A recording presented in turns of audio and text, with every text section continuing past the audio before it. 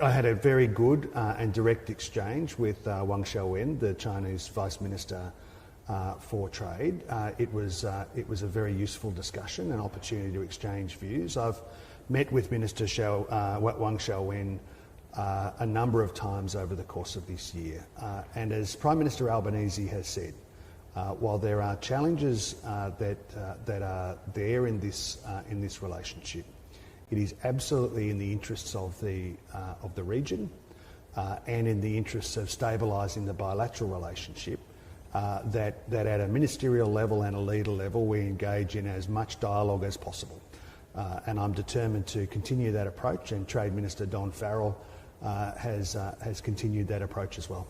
Okay, so for our constituency at CNBC, businessmen, investors, etc., one of the key things they're interested in is of course your enormous trade relationship with China, obviously, right? And things have improved, I think it'd be fair to say. Your barley's in now, coal was in before that. Still a couple of items left though, right, to talk about. You've got your lobsters, you've got your wine, you've got your beef, etc. How are those talks progressing? The tax on Australian wine is about 200%. That's not useful. I want to see more progress on the remaining impediments to Australian trade into China. It is not in the interest, of course, of Australian exporters or Chinese consumers. It's certainly not in the interests of Chinese business for these impediments to continue to be placed in front of a range of imports into China.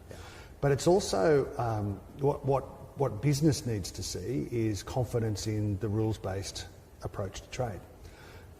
And the meeting I had was an opportunity to underscore the requirement for further progress. I am, of course, pleased to see that we've moved our way in a careful and methodical approach to dealing with the areas where trade impediments have been removed. That is a good outcome.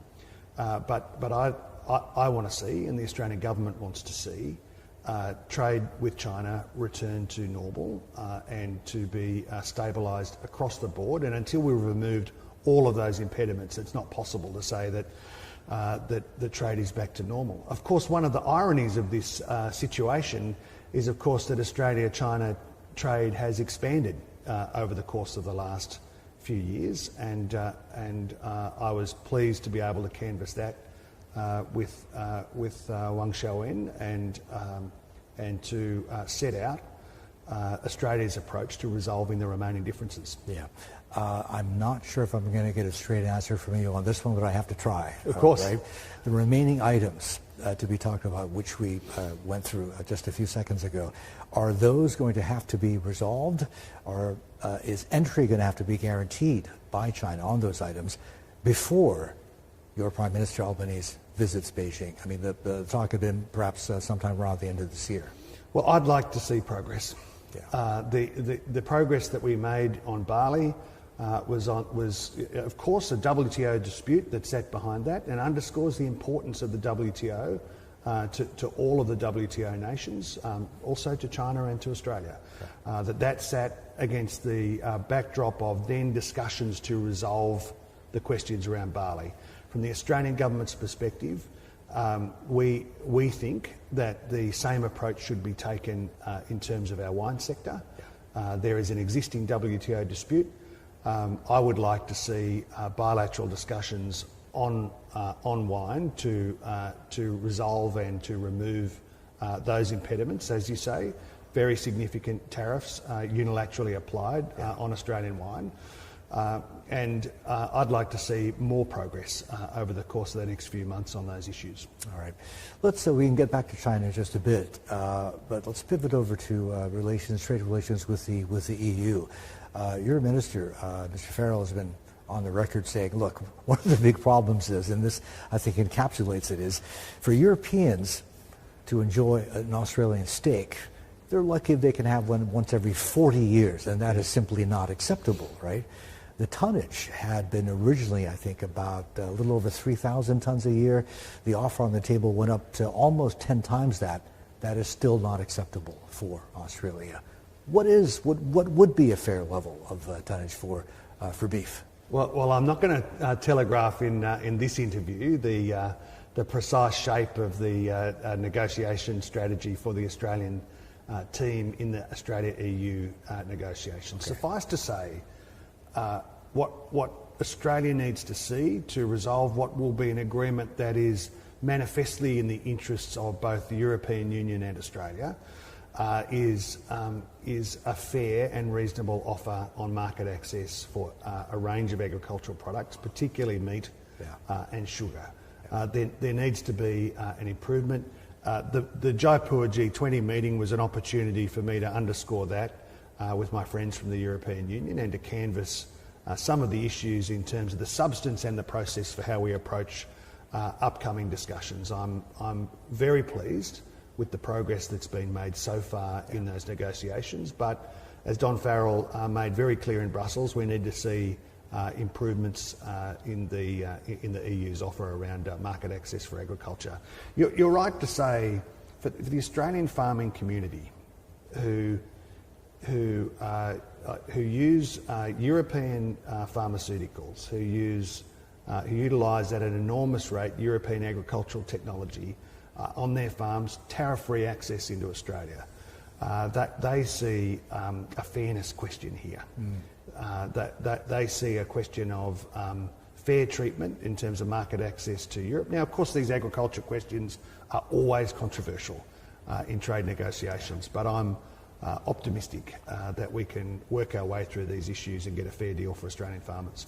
Okay, Minister, we could take a step back, pull back, and take a much broader look at trade with regards to Australia. It's been obviously theoretically, it should have been a tough 2-3 years, right? A previous government obviously initiated or pushed for an investigation or probe into the origins of the coronavirus, COVID-19, etc. China obviously didn't like that, and suddenly, boom, boom, boom, a whole bunch of Australian exports got taken off, right?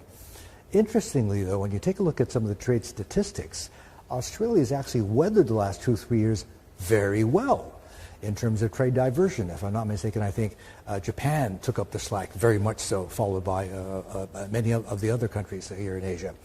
But now that China's reopened and tensions seem to be easing somewhat, or relations seem to have improved somewhat between Australia and China, trade flows are reverting back to normal.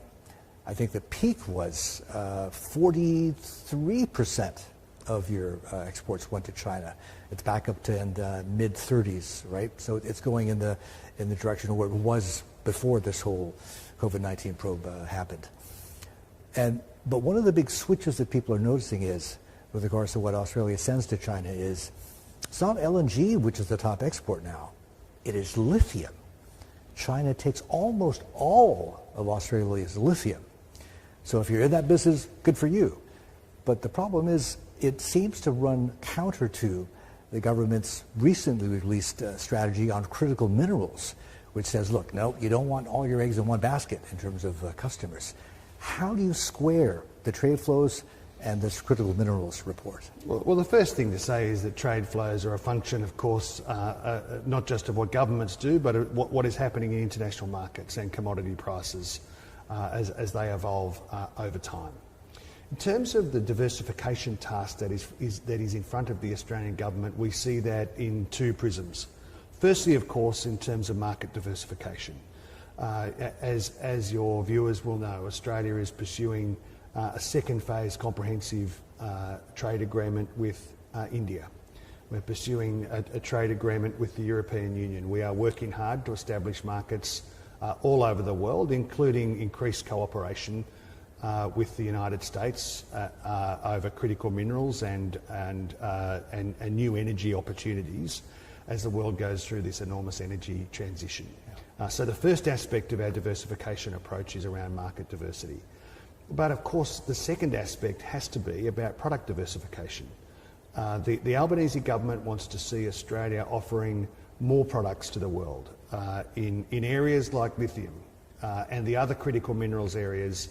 We have enormous resources in Australia of critical minerals, but also almost unlimited sun and wind You know, we in terms of our solar and renewable energy capacity in wind, we have enormous opportunities for an industrial transformation in Australia, and the pipeline of potential investments is very large and very healthy, and we are looking forward to engaging with economies around the world and with investors around the world looking to invest in Australia for the renewable energy investments of the future and the critical minerals investments of the future.